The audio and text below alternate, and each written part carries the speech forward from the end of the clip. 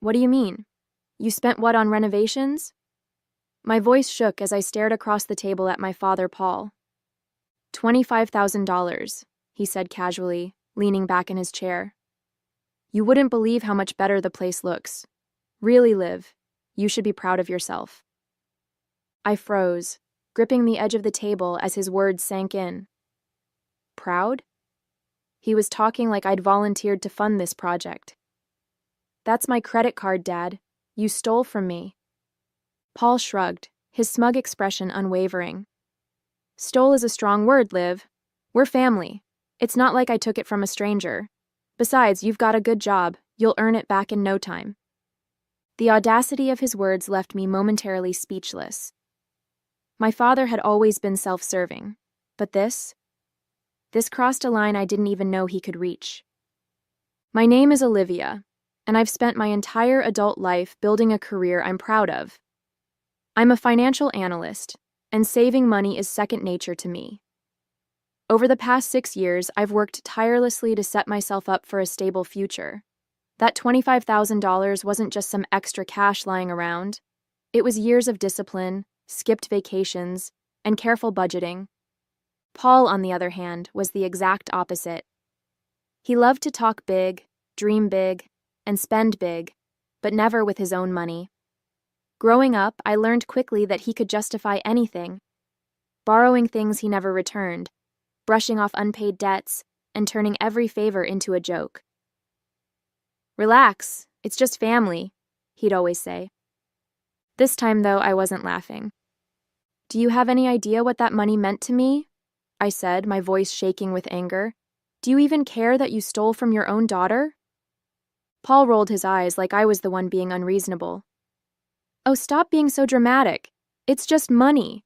I had a few things around the house that needed fixing, and you were in a position to help. You didn't ask me, I snapped. You stole my credit card without telling me. That's not helping. That's theft. Paul shrugged again, finishing off his wine. Well, what's done is done. No point in crying over spilled milk. My stomach churned as I stared at him, unable to believe his complete lack of remorse. For years, he'd gotten away with his selfishness because he was charming enough to talk his way out of trouble. But not this time. This time, he'd gone too far. That night, I couldn't sleep. I lay awake, staring at the ceiling, Paul's words echoing in my mind.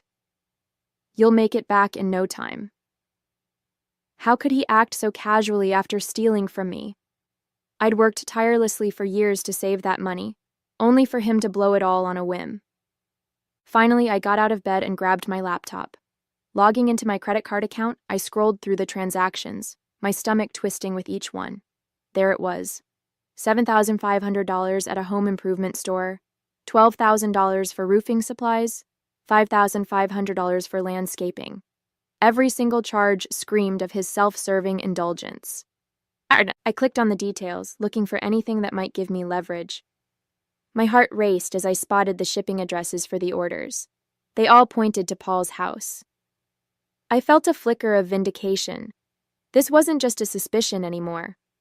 I had proof. The next morning, I called the bank to report the fraud. The representative on the other end of the line listened patiently as I explained everything, from the stolen card to the unauthorized charges. Do you know who made the transactions? She asked. Yes, I said, my voice steady. It was my father. There was a pause before she spoke again. In that case, we'll need to escalate this to our fraud investigation team. They may require additional information from you, and depending on the circumstances, law enforcement could become involved. Law enforcement. The words hit me like a punch to the gut. This wasn't how I wanted things to go, but what choice did I have? Paul had left me no option. If he thought he could walk all over me just because we were family, he was about to learn how wrong he was. Later that day, I told my best friend Maya about what had happened. She listened quietly as I vented, her expression darkening with every word. That's beyond selfish, Liv, she said finally. You need to hold him accountable. He can't keep treating you like this. I know, I said, running a hand through my hair. But he's my dad. It feels so messy. Messy or not, this isn't just about money, Maya replied. It's about respect, and he clearly doesn't respect you. Her words hit me hard. She was right. This wasn't just about the money, it was about setting boundaries, something I should have done a long time ago. The following day, I sat at my kitchen table staring at the fraud report I'd filed with the bank. Paul had crossed so many lines over the years, but this was something else entirely. My mind kept replaying his smug expression from that dinner, the way he dismissed me as if I were overreacting. It was time to confront him. I wasn't sure what I expected, an apology maybe, or at least an ounce of remorse. What I got was a masterclass in deflection. When I arrived at his house, Paul was outside admiring his freshly landscaped yard. "Looks good, doesn't it?" he said, beaming. "All thanks to you." My blood boiled. "Thanks to me?" I snapped. "You mean thanks to the $25,000 you stole from me?" Paul sighed, shaking his head like I was the unreasonable one. "Liv, we've been through this. It's family money. I didn't steal anything, I just borrowed it. And honestly, you're better off for it. This place needed some serious work." I stared at him, stunned by his audacity. "You didn't borrow anything. Borrowing requires permission, Paul, and you never asked me. You just took it." He crossed his arms, his expression hardening. "You're young. You've got time to earn it back. Why are you making such a big deal out of this? I'm your father, for God's sake. I've done so much for you over the years. Can't you let this one thing go?" "Done so much for me?" I repeated, my voice shaking. "Like what, exactly?" "You've been taking from me my entire life, Paul. This is just the first time you got caught." His face darkened. "Watch your tone," he warned. "You're being ungrateful. I didn't have to raise you, you know. I could have let your mom handle it all on her own." The words cut deep, but I refused to let him see me flinch. "Ungrateful? I'm the one who's had to clean up after your mistakes for years. I've forgiven you for so much, but this is too far." For the first time, Paul looked uneasy. "What are you saying, Liv? Are you really going to take this outside the family?" "I already did," I said firmly. "The fraud investigation is underway. The bank is involved. And if you think I'm going to back down, you don't know me as well as you think." The call from the bank's fraud team came early the next morning. I sat at my kitchen table, coffee in hand, as the investigator, Mr. Bennett, outlined the next steps. "We've reviewed the charges and the details you provided," he said. "Since the shipping addresses match your father's home, it's clear the transactions were unauthorized. We'll need a formal statement from you, and we'll likely escalate this to local authorities for further investigation."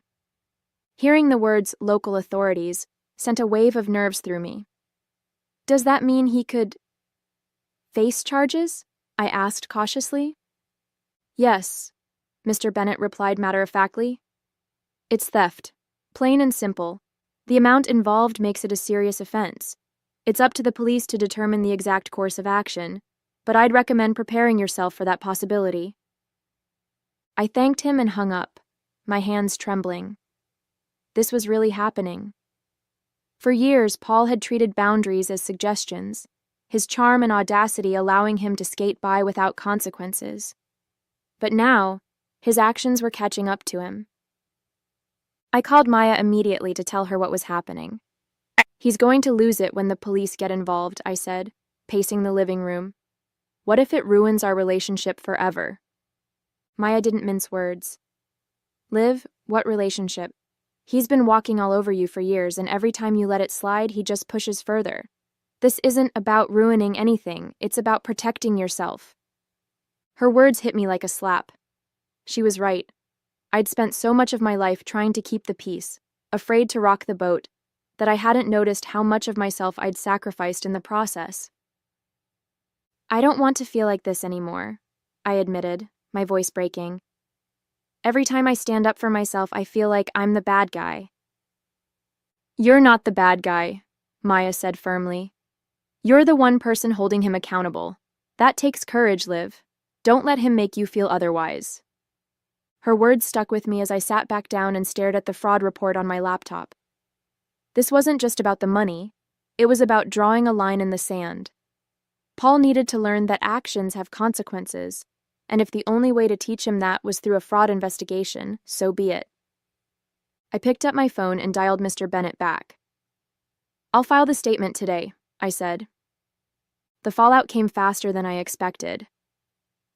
That evening, as I sat down to dinner, my phone lit up with Paul's name. I hesitated before answering, knowing full well this wouldn't be a pleasant conversation.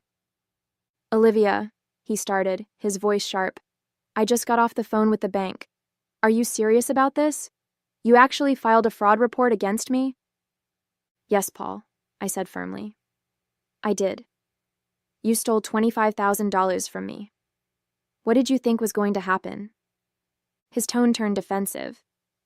"I didn't steal it. I told you, it's family money. I was going to pay you back eventually, but now you've gone and made it a federal case. Do you have any idea what kind of trouble this could cause me?" "I didn't make this a federal case," I replied, my voice steady. "You did that the moment you took my credit card without permission. Actions have consequences, Paul." There was a long pause before he spoke again, his voice low and threatening. "You're being ridiculous. You're blowing this out of proportion just to prove a point. What's next? Are you going to drag me to court too?" "If that's what it takes," I shot back. "You've spent years walking all over me, treating my boundaries like they don't exist. This isn't about proving a point. It's about protecting myself." "You're unbelievable," he hissed. "After everything I've done for you, this is how you repay me?" I laughed bitterly. "Done for me? Like what, Paul? Taking credit for everything I've worked for? Borrowing money you never paid back? Or maybe it was the time you left me to clean up your messes while you ran off and pretended nothing happened." The line went silent for a moment. Then in a voice colder than I'd ever heard, he said, "You're going to regret this, Olivia." He hung up before I could respond, leaving me shaking with a mix of anger and fear. This was exactly why I'd spent so many years avoiding conflict with Paul, because every time I stood my ground, he found a way to make me feel like the villain. Later, I called Maya to vent. "He actually said I'll regret this," I told her, my voice tight with frustration. "Let him stew," she said firmly. "He's just mad he's finally being held accountable. Don't let him scare you into backing down." Her words were comforting, but the unease lingered. I wasn't backing down, but I knew this wasn't over, not by a long shot. 2 days later, the call I'd been dreading came. It wasn't from Paul this time, it was from my mom. The moment I answered, her voice came through, sharp and exasperated. "Olivia, what are you doing? Your father just called me in a panic. He said you're trying to ruin his life." I took a deep breath, already bracing for the guilt trip I knew was coming. "I'm not ruining his life, Mom. He stole $25,000 from me. I reported the fraud to the bank because that's what you do when someone takes your money." "He's your father," she snapped, as though that was all the explanation needed. "And I'm his daughter," I said, struggling to keep my voice calm. "But that didn't stop him from stealing from me, did it?" Mom sighed heavily, her tone shifting to one of weary disappointment. "You know how he is, Liv. He doesn't mean any harm. He just doesn't think things through. Couldn't you have handled this quietly, within the family?" I couldn't believe what I was hearing. "Handled it quietly?" I repeated. "Mom, he spent $25,000 of my money without asking. How was I supposed to handle that quietly?" "He's your father," she repeated, as though that justified everything. "He's under a lot of stress right now with the house and the bills. He didn't mean to hurt you." I felt my jaw tighten. It's always excuses with him, isn't it? He's always under stress, or he didn't think it through, or he didn't mean it. Meanwhile, I'm the one left cleaning up his mess. "Olivia," she said, her voice softening into a pleading tone.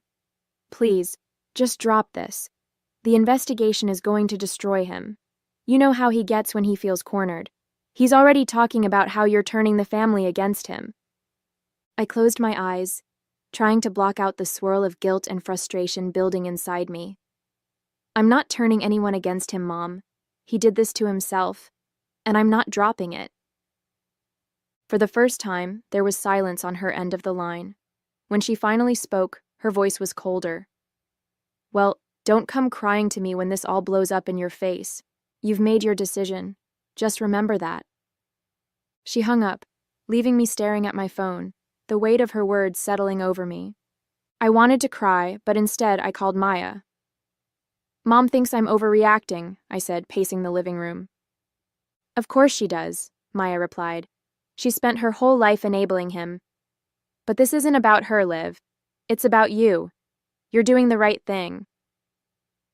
As much as I wanted to believe her, I couldn't shake the sinking feeling in my gut. A week later, the fraud investigation began picking up speed. I received an update from the bank's fraud department. All charges had been officially flagged as unauthorized, and law enforcement had been notified. The investigator, Mr. Bennett, told me that local police might contact me soon to verify my statement. The news filled me with both relief and anxiety. For years, Paul had treated consequences as something that happened to other people. He'd always found ways to talk himself out of trouble, using charm or guilt to deflect blame. But now there was a paper trail, and it was out of my hands. Later that afternoon, as I sat in my office at work, I got a text from Maya. How's it going with the fraud thing? Any updates? I quickly texted back. Bank is escalating it. Police are getting involved soon. I'm nervous, but it's the right thing to do. Her reply was immediate. Proud of you. You're stronger than you think. Her words gave me a small sense of comfort, a reminder that I wasn't alone in this. That evening, I went to Paul's house. I hadn't planned to confront him again, but I couldn't stop myself. The closer I got to his place, the angrier I felt. When I knocked on the door, he opened it with a smug grin. Olivia, he said, leaning against the frame. Come to lecture me some more? No, Paul, I said evenly. I came to tell you that the bank has escalated the fraud case. The police will be contacting you soon.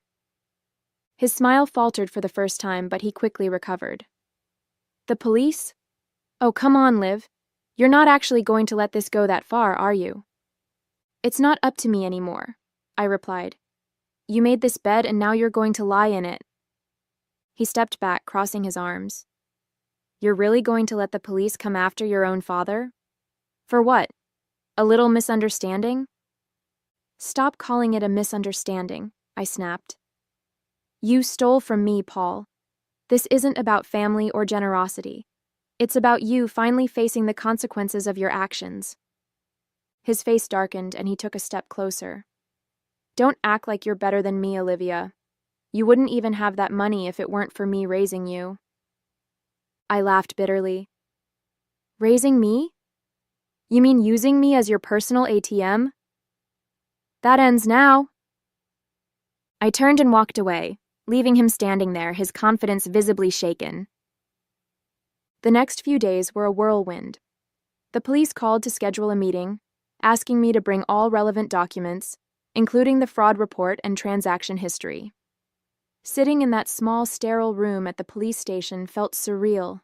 As I handed over the papers, I couldn't help but wonder how Paul would handle being questioned by the authorities. Thank you for your cooperation, Ms. Taylor, the officer said as I finished giving my statement. We'll be contacting Mr. Taylor shortly to hear his side of the story. His side of the story. I almost laughed at the thought. Paul's version would undoubtedly be full of excuses and deflections, but this time, charm wouldn't save him. There was hard evidence tying the transactions to his address, and no amount of sweet-talking could erase the paper trail. That evening, I got a call from my mom. Her voice was sharp, more accusatory than the last time we'd spoken. The police showed up at your father's house today. Do you have any idea how humiliating that was for him? I sighed, bracing myself for another guilt trip. Mom, I told you this was coming. He brought this on himself. I didn't force him to steal my credit card. She didn't seem to hear me. He said you're trying to ruin his life, Olivia. How can you do this to your own family? I'm not ruining his life, I said firmly. I'm holding him accountable. If he didn't want this to happen, he shouldn't have stolen from me. It's that simple. There was silence on the other end, followed by a heavy sigh.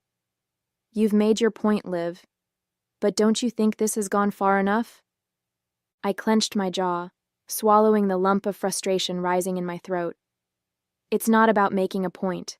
It's about boundaries. I've spent years letting him cross them, and I'm done. If you can't understand that, I don't know what else to say. She hung up without another word, leaving me with the same hollow feeling I'd had after our last conversation. Despite the tension, there was an odd sense of relief as I drove home that night. For the first time in years, I felt like I was finally standing up for myself. Paul had always taken without asking, always assumed I'd forgive and forget. But now he was learning that actions have consequences, and that knowledge was more satisfying than I'd ever expected. The fallout from the investigation hit Paul harder than I expected. The police made it clear that the evidence against him was solid. Unauthorized transactions, shipping addresses linked to his home, and the fraud report I'd filed with the bank. He couldn't wiggle out of this one, no matter how much charm or excuses he threw around. When I heard he'd been officially charged with theft, I felt an overwhelming mix of emotions. There was relief. Finally, someone was holding him accountable. But there was also sadness. As much as I wanted him to face the consequences of his actions, it was still hard to see my own father brought so low. Mom called me again the night I heard about the charges. This time, her tone was subdued. "Your father's a mess, Liv," she said, her voice trembling. "He's scared. He doesn't know what to do." I took a deep breath, steadying myself. "Maybe he should have thought about that before he stole from me," I said calmly. "You really won't help him?" she asked, almost pleading. "You're his daughter." "And he's my father," I replied.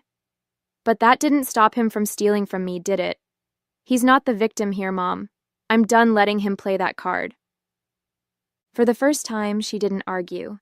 There was a long silence before she finally said, "I just hope you're doing okay through all this." Her words caught me off guard. I wasn't used to her checking in on me. It was usually about smoothing things over for Paul. "I'm fine," I said after a moment. "Actually, I'm better than fine. For the first time in a long time, I feel like I'm in control of my life again." After we hung up, I sat on the couch and let the weight of it all sink in. This wasn't just about the $25,000 or the fraud report. It was about finally standing up for myself, drawing a line that couldn't be crossed again. Paul had spent years taking advantage of my generosity and trust, and for the first time, I'd said, "No more." As difficult as the process had been, I felt a sense of closure starting to settle in. The guilt that had lingered for weeks was fading, replaced by something I hadn't felt in years: pride. The day I received the final update from the bank, I knew I'd made the right choice. They confirmed that the fraudulent charges had been reversed and the funds restored to my account.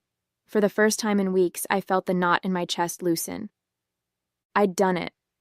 I'd stood up to Paul, navigated the fallout with my family, and reclaimed what was mine. The old me might have let it slide, rationalizing that it wasn't worth the trouble.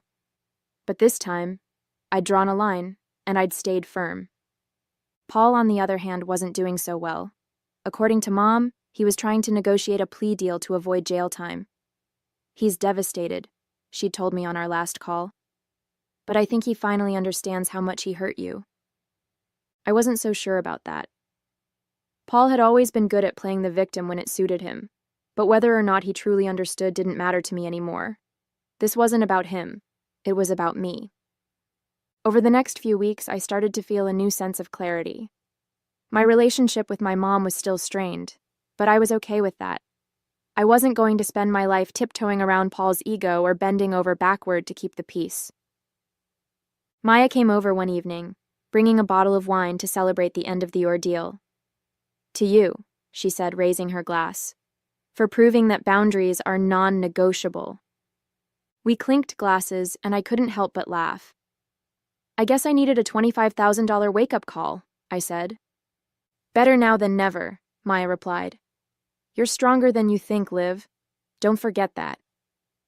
In the weeks that followed, I poured myself into my work, feeling a renewed sense of focus and determination. My savings account was intact again, and I'd learned a lesson that would stick with me for the rest of my life. Trust is earned, not given freely, even when it comes to family. As for Paul, I didn't know what the future held for our relationship, but for the first time, I wasn't afraid to keep my distance. I wasn't afraid to say no. I'd taken back control of my life, and that was worth more than any amount of money.